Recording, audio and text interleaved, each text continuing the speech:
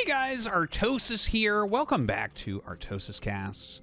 We are in the end part of a 9-game series between XiaoShuai, our Chinese Zerg player, and Paralyze, our Korean Protoss player. This is, of course, the Korea-China Invitational League. Big shout out to CasterMuse for putting this one on. Definitely a lot of fun to see those very strong Chinese players. I'm really hoping that in the next few years, China, as well as the rest of the world, can get at least a few players kind of caught up to the point where they can really compete with the Korean pros. I think that would make the whole scene, like, really, really exciting. We definitely have some players that are rising up very strongly at the moment. One of which is this XiaoShuai. Like, he's really putting in a good series here against Paralyze. He's very dangerous. He has some pretty good fundamentals, too, I think. So, yeah, I'm looking forward to seeing what's going to happen in this game because, it is a 9-game series, meaning it's not a best of 9. It's like we're playing 9 games. Paralyze is leading 4-3, so if he wins this game, he technically wins the series, but we'll play the last game. I'm kind of hoping that XiaoShuai is able to take it because that just makes it so much more interesting, right? As you enter in, anytime you go into the final game and it matters, that's like the best case scenario for interesting StarCraft. Like everything on the line, one game, let's do it. Could go either way, right? It's just there's a lot of pressure.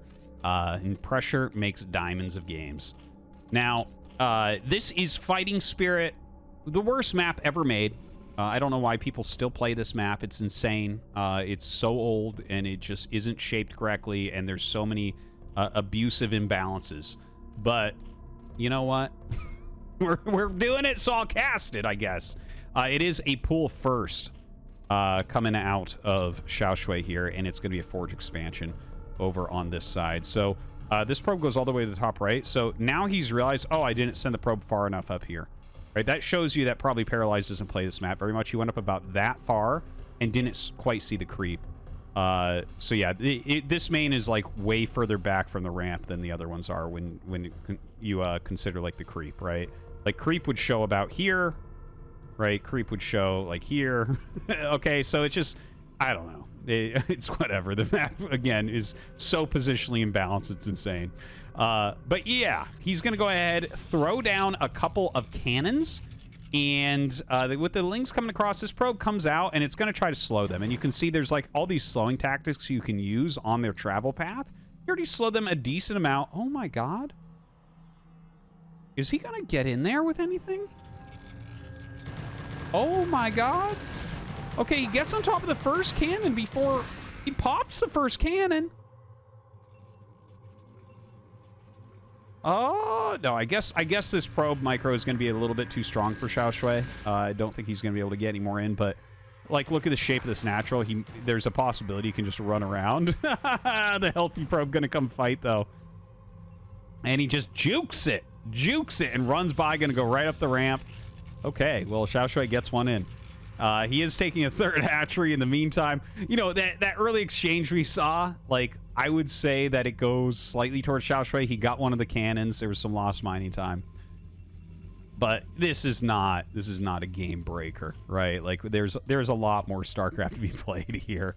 Nothing too crazy. Oh, that's going to be a Hydralisk Den. No, it's going to be a hatchery. No, it's going to mine minerals. Wow! Well, there is a probe on the way, so maybe this is part of what he's thinking about. Okay, he goes layer. So yeah, I guess not. He pulled the drone over. He was definitely thinking of doing something. And you got to be careful about overthinking in StarCraft. Okay, this is a thing. Okay, it's a real-time strategy game, but honestly, it's more real-time than it is strategy. Okay, doing something wrong, but doing it quickly and well is better than doing the right thing slowly, right? Like, it's really the game at the highest levels is played more on instinct than any sort of decision making, which is sometimes why you see in weird spots decisions get made that are wrong, even though if you sat the player down and made them think, they might come up with the right answer. But like, you actually, like, they've done studies and stuff where it's like, okay, pro gamers actually play mostly off of instinct, right? So like deep built-in tendencies and whatnot, as opposed to amateur players who will play with the thinking part of their brain, where they're looking at it, they're receiving the data, and they're like, okay, I see this, so maybe I should do this, right? So why am I talking about all this? Well, XiaoShuai started to make something, then didn't do it, and switched over into a layer, and I just wonder, is he overthinking the situation? Because so far, I feel like his instincts have done fine. Going 3 and 4 so far against Paralyze is like really good results. So yeah, it's just something I had in mind right there. Now, +1 on the way, as well as a Corsair Citadel coming up. Really, really standard stuff over on the Protoss side. Let's check out XiaoShuai's side. Yeah, the Spire is coming. There's his hatchery as well. So this is like a really normal game. Very standard position that we've seen like a million times in this matchup. Yeah, we just saw another macro hatch go down, so he's going up to 5 hatch. He'll probably go to 6. And he is getting a second gas. So a second gas at this speed sometimes does point towards Mutalisks. I'm not sure of it, obviously. And what you want to do first... Oh, that's Mutalisks. +1 flyer carapace. But yeah, generally, like, if you're going to go Hydra, you want, like, a little bit more minerals. You know, a lot of times it goes into 6 hatch. You got to get the evolution chamber and stuff. Hydras are actually a very mineral-heavy thing. You will need the second gas to get all your upgrades going and everything, but yeah, not necessarily right away. Now, the Corsair did see the second gas. It sees the Scourge, right? You're not 100% sure, though. It does, again, it does not have to be. Like, he could be getting that second gas for something else, but it's something you have to take into consideration here. As Paralyze, you have to be ready for the potential of mutas. In fact, he's pretty sure of it, so he throws down a second Stargate. I think that's a good read. I think it's pretty solid to look at this and say, oh, okay, like, no Hydras yet, second gas, Scourge are out. The way that he's been playing it, XiaoShuai so far, is he normally has a lot of Hydras pretty early on, whether he's playing a macro play or a rush play. Ooh, that actually connects. That's a little bit painful. Now, Scourge have terrible vision, so the Scourge did not actually see the second Stargate. Just to make that really clear to you guys, because if you see the second Stargate, I think you cancel the Mutalisk plan. Because, like, this is what Paralyze wants. He wants the Mutalisks at this point. There are a lot of Lings out, by the way. Zergling Speed, of course, done as well. But yeah, here come the Mutas. The Mutas are being made. And he has trapped this one probe purposefully so he can clump up these Corsairs, just like you do with a Mutalisk and Overlords or a Burrowed Ling. You know, that's something that people can use later on in the game if they happen to get Burrow. Not that it's too popular, but just to mention. Now, the Carapace upgrade and the +1 are not perfectly lined up, but that is okay. That we're not necessarily going to see a big fight. And this is 4 mutas, which is the weirdest number. Like, you would never... 4 isn't the right number. You want... Like, 4, they do 9 damage, right? So, 4 times 9 is not 40. It's less than 40. And a probe has 40 health. So, if you're going to do Mutalisk harassment against Protoss, you always want 5 Mutalisks minimum. In fact, 5 is, like, a very common number that we'll see walk across the map. Walk across the map. Fly across the map. And that's just so that you're one-shotting probes every time you go in. Whereas, I mean... As one shot versus 2 shot is just different universes of damage. So, kind of weird. He does back up. Still has these 4. They're not really going to be all that useful. He has a lot of Scourge out right now. There are a lot of Hydras being made. You know, the Corsairs, there's plenty of Corsairs here. So, I think right now, I feel like Paralyze has a little bit of an edge. Like, the Mutas and Scourge are not going to do very much. But with the amount of Hydras that are being fielded at the moment and, like, the beautiful drone count that XiaoShuai has gotten himself into, like, look at these supplies. He's actually already surpassed the supply of XiaoShuai. Now, a big part of that is the gateways are late because he's been spending so much money on tech. So we don't want to overlook at that. But that pre-storm Hydra bus timing, something that has to be worried about here. XiaoShuai has a hell of a lot of units. He is getting ready to move out. There's a DT kind of roaming about here. Don't forget, though, we've seen Paralyze does a good job with counter-harassment with Corsairs during tense situations. So he's flying about. He's getting some good intel. He sees there's a lot of Hydras. Wouldn't be surprised if he starts adding cannons. Adds one here. He does have a couple High Templars out. Storm is about halfway done, but it's still a little bit until he's going to have those storms. Now, the pre-storm timing means that he needs to use his units to kill the cannons before the storms are ready. And I don't think that's going to occur. I think he's missed it. Right? Like this group of units, like you can attack it a little bit, but they're not gonna fully bust everything, and certainly not before storm is done. If he had brought all of his units, maybe. But as is, look at that. The Corsairs come in and they clean out that one Overlord. The DT going to easily push everything back. He actually left most of his units at home, so it looks like we're going to get into a different type of macro game. XiaoShuai, I mean, he put a little bit of pressure on there, but it's nothing too out of the ordinary. Didn't really super commit. Doesn't feel like anyone is particularly behind or anything at the moment. Once again, clears the Overlord. Once again, the DT lives and continues to shred. By the way, XiaoShuai right now catching a lot of Overlords that come across the map. Doing a great job with that. This DT is going to be worth its weight in gold by the end of this game. This is kind of insane, really, when you look at it. And also, by the way, +2 attack done. This is very rare to see. You almost always see +1 and then +1 armor. But very interesting move. Maybe because he has those Corsairs, he doesn't have to worry about mutas, which is what those armor upgrades are for. But as is, starts to push in, but Storm is here. So the Hydra's not getting that much done. Corsairs going on the counterattack. Oh my god. DT clears the only Hydra. And Paralyze starting to get some drone kills. One thing to mention, there is a new base up here. So if he can kind of stabilize what's going on. Oh my god, the amount of Overlords dying is insane. Yeah, doesn't quite get those ones. Does end up losing some Corsairs here. Zealots being fielded. We have that Dragoon range on the way. 4 High Templars, the very standard number. Robo is ready. Ooh, that shuttle could be really interesting. We've seen this a little bit from Paralyze, where he'll sometimes get that early shuttle, which isn't as expected.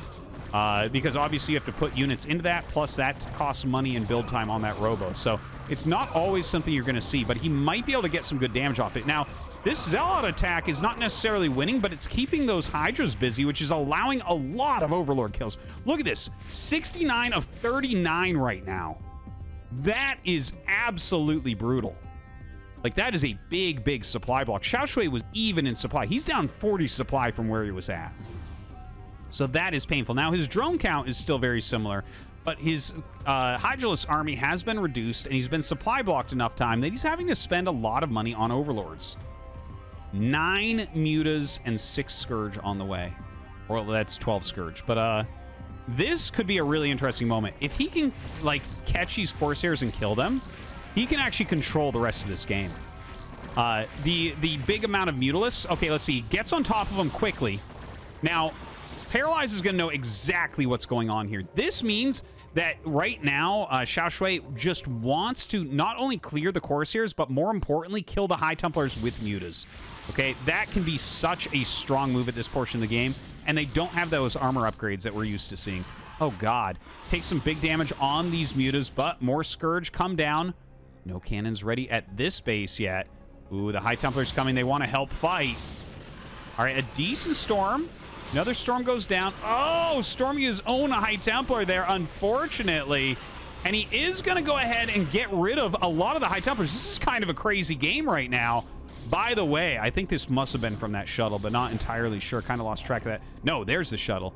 So a couple Zealots up here wreaking havoc. And now here's the Storm drop. This is what we were waiting for. Beautiful couple Storms. Oh, my God. Was that 13 drone kills? Just insane. But at the same time, the Mutas kind of did their job across the map. Okay, Scourge kill off that shuttle, so that harassment's done. It's still 40 drones, which is pretty healthy, so a lot of bad things have happened to XiaoShuai, but I think that some of his broader strokes have done well, right? Like, he's jumped around in the tech a little bit. There's not that many High Templars. I want to check how many High Templars there are. Actually, are these Mutas? You know, they can't fight that, right? Yeah, they gotta run. So right now, High Templar count, 1, 2. That's not very high. That's not very high. The Hydras fight pretty darn well if there's no storms. Now, if you get overwhelming Dragoons and you have a few Zealots in there, that can go well. Oh, I guess he does have one down here, too. That's really smart to leave one at that third base. Really good cannon placement, too. Blocks the minerals, and also, as anything comes up the ramp, they all start to shoot. So, like, they basically shoot to about here, right? So you're still bottlenecked when they start going. Now, the Mutas fly back in. A little bit of a scout. A lot of Hydras coming down. If we zoom out, you can see just a huge amount of them coming in. Now, jumps in and targets a High Templar right away. A storm goes off. A beautiful Psy Storm. Lots and lots of damage. And do we have another storm? No, not yet. Not yet. That means that these Zealots are going to have a hard time. He actually picks that one off before it can charge up. There is another one waiting on energy. Oh my god, XiaoShuai is taking a sick engagement here despite the damage we've seen. And in fact, the Zealots end up cleaning this base. But his pickoffs onto those High Templars paying off hugely. Now here comes a flanking Psy Storm. He might be able to get a very good one here. Throws it down. Okay, it's an okay Psy Storm. There's another one whittling down this Hydra force, but the Gateway Army from Paralyze has become pretty weak at this point. The only really saving grace is that XiaoShuai is only on 3 bases himself. So if you stabilize at all as Paralyzed, despite the fact that he just lost a huge amount of army, lost a huge amount of High Templars, just having this third base, this third gas, which he's not mining from yet, but he needs to right away, that can help you to just come back. Because it's not like we're facing layer tech, hive tech. It's not like we're facing lurkers. This is basically mass Hydra. So stabilizing, getting a big enough army, building up your High Templar count, starting to whittle this down. The 3-base Zerg is going to run out of gas. Not Vespene gas, although sometimes Vespene gas, but you know what I mean. He's not going to have anything left in the tank. Now, the Hydras come over again. He's trying to aggressively trade right now. Gets rid of those High Templars, gets rid of the Observer. This High Templar not close to a storm. And you know what? I think XiaoShuai is going to take this. That was a crazy game, and if he ends up winning here, that means that Game 9 is going to decide this series. Again, best case scenario. Just a crazy attack here from XiaoShuai. What a good job. The later switch into the Mutas kind of caught me off guard, and it caught Paralyze off guard too. But XiaoShuai with that killer instinct doing fantastically. Too many Hydras to combat at this point. Even with such nice upgrades like 2-1, unable to push him back. And I think that's going to be it. Honestly, I don't see any real potential left. Like, losing your natural expand, like you got your core here. This is an important geyser, still got plenty of gas in it. There's your robotics. That's it, GG, all tied up 4-4.